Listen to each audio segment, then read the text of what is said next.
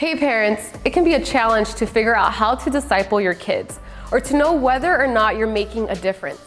If that sounds familiar, try thinking about spiritual growth in terms of these 4 spiritual habits. Number 1, spend time with God. This is an obvious one, right?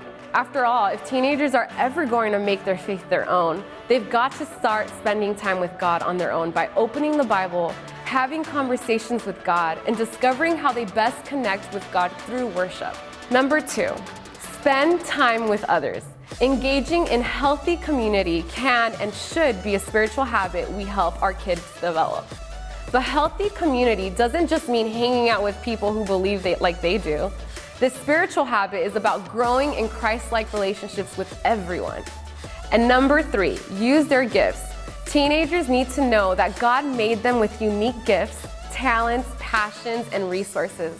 Then they need to use those gifts to serve, because when we use our gifts to love both God and others, we grow. And lastly, number 4, share their story. This is the spiritual habit of making faith a regular, everyday go-to topic of conversation. Because when we talk about God often, it helps us believe, helps us understand, and helps us take ownership of our own faith. So if you're wondering how to help your kid grow spiritually, start here. Help and encourage them to practice these 4 spiritual habits on a regular basis.